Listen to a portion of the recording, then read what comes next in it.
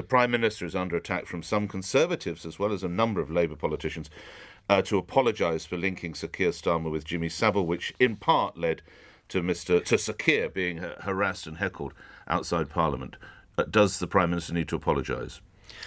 Well, no, I don't think so, because the Prime Minister, well, a couple of points. Firstly, the Prime Minister last week clarified his remarks to make clear that what he said in Parliament was referring was not suggesting Keir Starmer was personally and individually responsible for the Jimmy Savile prosecution decisions, but that Keir Starmer, as Director of Public Prosecutions, had overall responsibility for the CPS, something that Keir Starmer acknowledged on his own Chamber's website, and indeed he subsequently, I think in 2013, apologised for the CPS's general failings in relation to the Savile case. So he clarified his remarks to make sure that there was no scope for any misunderstanding.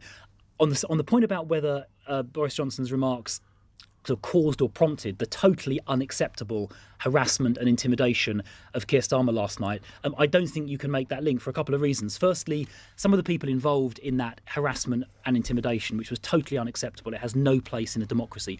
Some of those people have been doing that over a period of time to other public figures, I think including Michael Gove and BBC journalist Nick Watt. And I've watched the whole clip of the harassment and intimidation that happened, and they were mostly talking, for some reason that I don't understand, they were mostly talking about Julian Assange, they were talking about COVID, they were talking about the general conduct of the opposition. They did mention Jimmy Savile as well, but mostly it was about Julian Assange. So I don't think you can make a case that Boris Johnson's remarks prompted or caused what we saw last night. But I think I want to make the point again, what we saw was completely unacceptable. And if anyone is listening who was involved in that, or was thinking of getting involved in that kind of thing, I mean, just don't do it. Please desist. Indeed. It's undermining our democracy. It's completely wrong. Would you have made those sort of comments to Sir Keir?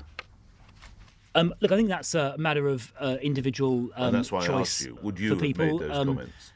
Look, I mean, I wasn't. I think until you stand in someone else's shoes, you shouldn't sort of speculate about what you may or may not But you must say know whether in a you would have made the difficult and comments such as stressful that. situation.